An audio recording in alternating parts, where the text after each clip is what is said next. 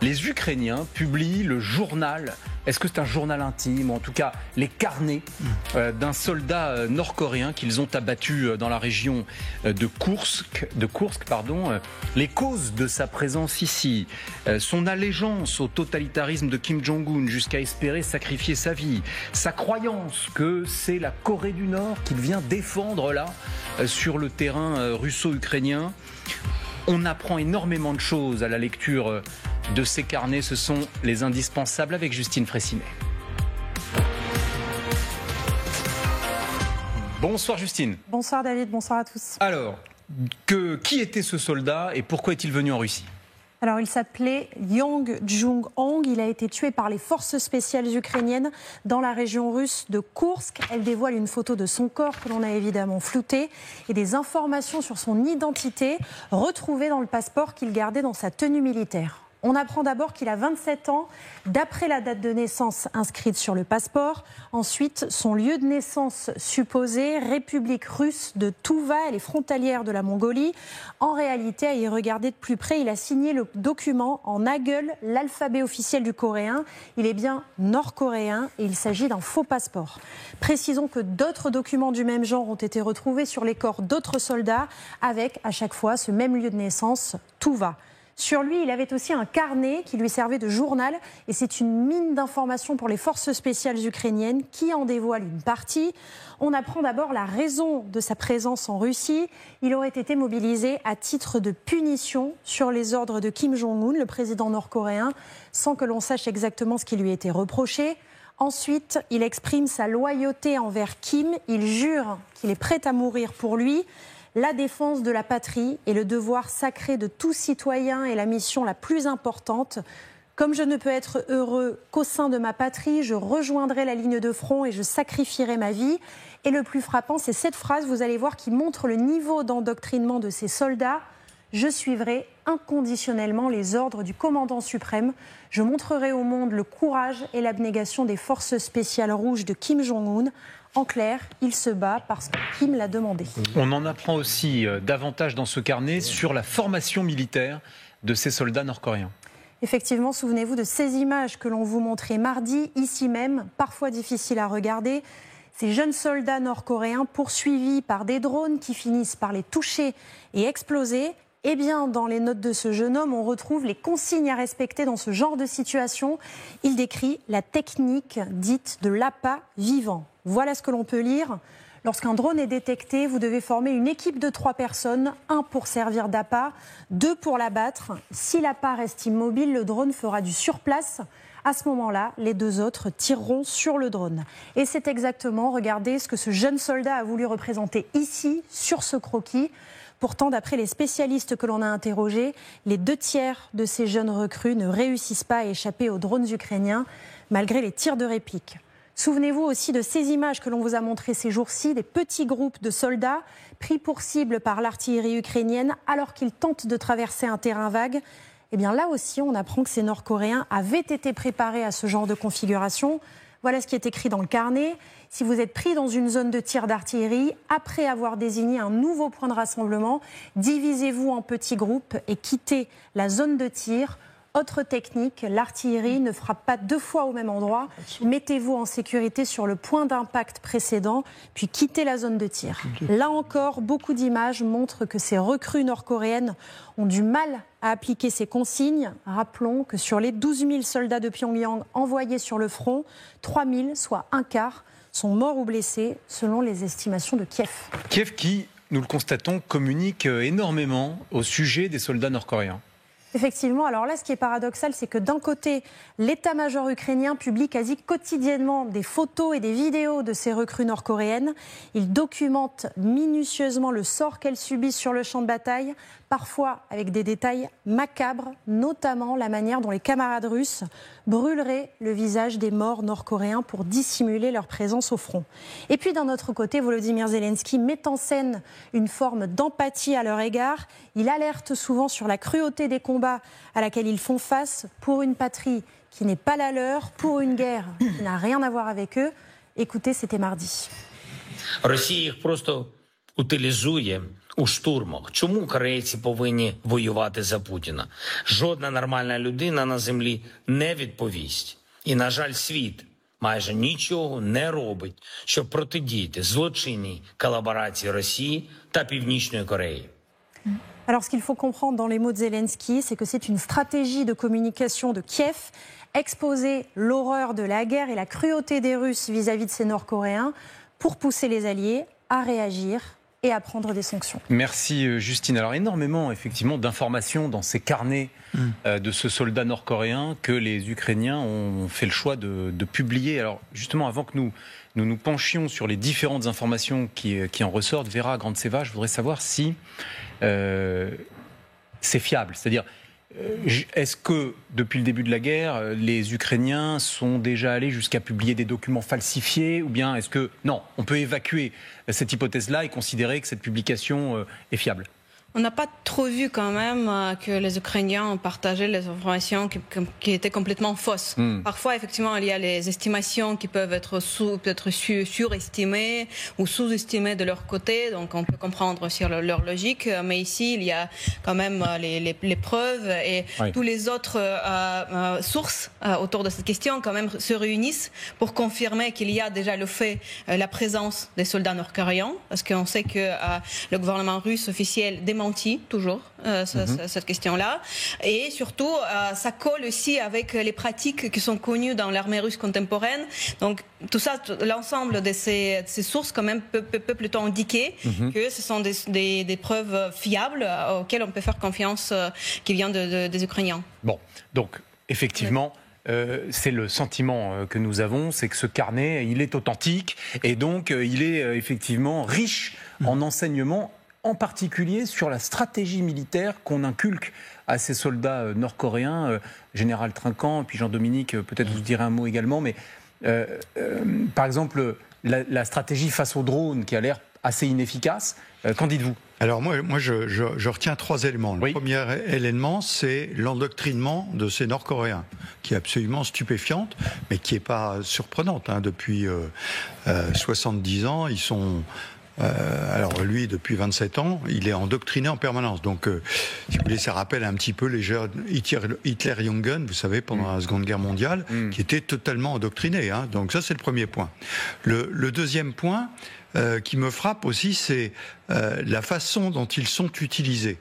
C'est-à-dire que quand on voit les images, là, où ils courent dans des zones complètement dégagées, avec des drones qui les poursuivent, alors on se pose la question si... c'est pour consommer des drones, que les Ukrainiens consomment des drones, vous voyez. Comme ça, les troupes russes qui arrivent derrière, troupes spéciales russes qui ont été protégées par des boulets de ces Ukrainiens, ont plus de chances de pouvoir passer. C'est une possibilité, mais c'est assez frappant parce que, effectivement, quand on vous dit, quand vous êtes dans un tir de barrage d'artillerie, sortez du tir de barrage, j'allais dire c'est une évidence. Le deuxième point, c'est un calcul de probabilité. Il n'y a jamais 2 obus qui tombent au même endroit, donc quand vous avez un trou d'obus, vous mettez dedans, vous avez peu de chances que ce soit pour vous. Voilà, c'est un peu... Et puis le troisième point, c'est le mensonge russe. Parce que les Russes vont camoufler ces Ukrainiens. Il faut bien voir qu'ils sont d'abord, on voyait la chaîne d'habillement d'ailleurs, ils sont habillés totalement par les Russes. Ensuite, ils reçoivent un passeport d'une région asiatique russe, mais pour camoufler que c'est là. Et les Russes ne l'ont jamais reconnu.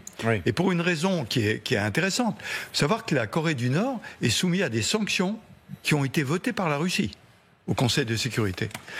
Et que là, ils sont pris la main dans le sac. Ils sont en train de rompre les accords que eux-mêmes ont signés et ils ne veulent pas le dire. Donc, ils mentent. Donc, je pense... moi, c'est les 3 éléments que je retiens. Et sur l'utilisation sur le combat, qui explique qu'il y a 3000 Ukrainiens. D'ailleurs, il y a des choses intéressantes. Une infirmière russe qui discutait avec son mari, qui expliquait, mais il en arrive tous les jours et on sort des gens pour pouvoir amener les Nord-Coréens dans l'hôpital parce qu'il y en a trop qui arrivent. Et on a du mal à communiquer avec eux parce qu'ils ne parlent pas russe et qui sont un peu perdus au milieu de ces hôpitaux russes. Donc on a la certitude qu'il y a eu des grosses pertes, d'énormes pertes. Oui, bien sûr. Et la technique utilisée, je vous dis, regardez ça. Cette zone dans laquelle ils sont envoyés. Comment voulez-vous que les types s'en tirent ? Ils ne peuvent pas s'en tirer. Mais en revanche, il provoque une grande consommation de drones. Ça, c'est une thèse, effectivement. Et donc, ces drones ne pourront pas être utilisés contre des troupes russes si elles arrivaient juste après. On voit, Jean-Dominique, qu'ils tirent sur les drones, ils essayent désespérément de tirer sur les drones. Sans succès. Ont-ils seulement le bon équipement pour essayer d'abattre un drone? On se dit qu'il faut plutôt des tirs en rafale que des... Qu'en pensez-vous? Non, manifestement, on est là dans quelque chose d'asymétrique, comme on dit, pour faire savant. C'est-à-dire que le drone est une arme très nouvelle. Ce drone qui vient... On le disait l'autre jour, là on a des images d'une révolution technologique militaire, c'est-à-dire le drone, la munition qui va chercher, comme dans un jeu vidéo, sa cible sur un individu, c'est quelque chose qu'on n'avait jamais vu avant ça. Et en revanche, en face, ils n'ont manifestement pas de système de brouillage qui serait la seule manière d'arrêter le drone, en brouillant le drone, c'est-à-dire en le coupant de sa communication. Donc là, effectivement, on est dans... Non, le général a dit l'essentiel sur les aspects militaires. Moi, je prends quand même tout ça avec quelques pincettes quand même, parce que on est quand même là dans un déploiement de communication pour être gentil et de propagande pour être du côté ukrainien, qui est quand même très très fort. Mais ce qui est intéressant, c'est de comprendre pourquoi les Ukrainiens insistent autant sur ce sujet. C'est la manière pour les Ukrainiens de faire le lien entre leur guerre, la guerre d'Ukraine, notre guerre en Europe, et le théâtre indo-pacifique, le théâtre asiatique, qui est prioritaire pour les Américains. C'est de dire aux Américains, regardez, ce qui se passe en Ukraine implique les Asiatiques, il y a un lien, et donc ça doit être aussi votre guerre. C'est pour ça, ça sert à ça, cette communication. Ça sert pas à dire, voilà, qu'il y ait 1000, même s'il y a 1200 pertes par jour, enfin, nord-coréennes, pardon. C'est les chiffres que donnait l'état-major de Corée du Sud, qui semblent plus réalistes que les 3000 avancés par l'Ukraine. C'est assez peu compte tenu des pertes quotidiennes sur le front, qui sont justement de 1200 par jour du côté russe. Donc, non, c'est surtout pour dire aux Américains, regardez ce qui se passe chez nous, c'est une guerre mondiale dans laquelle vous êtes impliqués parce que vous devez aussi gérer le problème de la Corée du Nord. Laure Mandeville, dans ces carnets, on apprend que ce soldat, en tout cas, a été envoyé là-bas en zone russo-ukrainienne parce qu'il était puni. Oui. Et dans le même temps, initialement, on nous disait qu'il s'agissait de troupes d'élite. Ça paraît contradictoire. Oui, alors je dois dire qu'en lisant la traduction du document, je trouvais que c'était assez incompréhensible, puisqu'on avait le sentiment qu'il était au service de la protection de la personne en fait de Kim Jong-un et qu'il avait failli dans sa mission, qu'il y a eu quelque chose qui s'est mal passé et que du coup comme le châtiment était d'être envoyé sur le front. Moi je dois dire qu'en fait je trouve un peu comme Jean-Dominique Marchais que c'est quand même pas très clair en fait tout ce que veulent dire ces documents. Combien sont vraiment les Nord-Coréens sur le front? Est-ce que vraiment il y a 10 000 ou 12 000 Nord-Coréens sur 12 000 hommes? C'est quand même un chiffre très important. Ça se voit. Et pour l'instant, on n'a quand même pas vu qu'il y a 12 000 Nord-Coréens. Je ne sais pas si ça correspond à la réalité. Ce qu'il me semble, ce qu'il y a d'un côté, ce qui est vrai, c'est que les Russes n'ont cessé d'essayer d'envoyer des invitations dans différents pays, comme le Sri Lanka. La Corée du Nord, visiblement, est devenue un élément important pour lever des troupes. Mais jusqu'à quel point? Qu'est-ce que ça veut dire? Tout ça, qu'est-ce que ça nous dit aussi de l'état de l'armée russe? Ce qui est intéressant dans les deux cas, c'est au fond l'utilisation qui est faite de cette information, de cette espèce de menace nord-coréenne qui reste un peu quand même fantomatique et peu claire. C'est d'un côté les Russes qui nient, comme le disait Grantseva, ou qui se taisent, qui veulent pas dire exactement ce qui se passe. Et donc, il y a deux éléments. Il y a d'un côté, effectivement, ils sont dans le domaine des sanctions, c'est-à-dire que là, on est pour quelqu'un comme Trump, par exemple, et les Américains, là aussi, je suis complètement d'accord avec Jean-Dominique, c'est-à-dire que la question pour les Américains, le fait qu'il y ait des Nord-Coréens dans le combat, c'est un vrai problème, parce que ça veut dire qu'il y a une globalisation de de la guerre. Bien sûr. Et pour les Russes, c'est aussi quand même un peu la honte.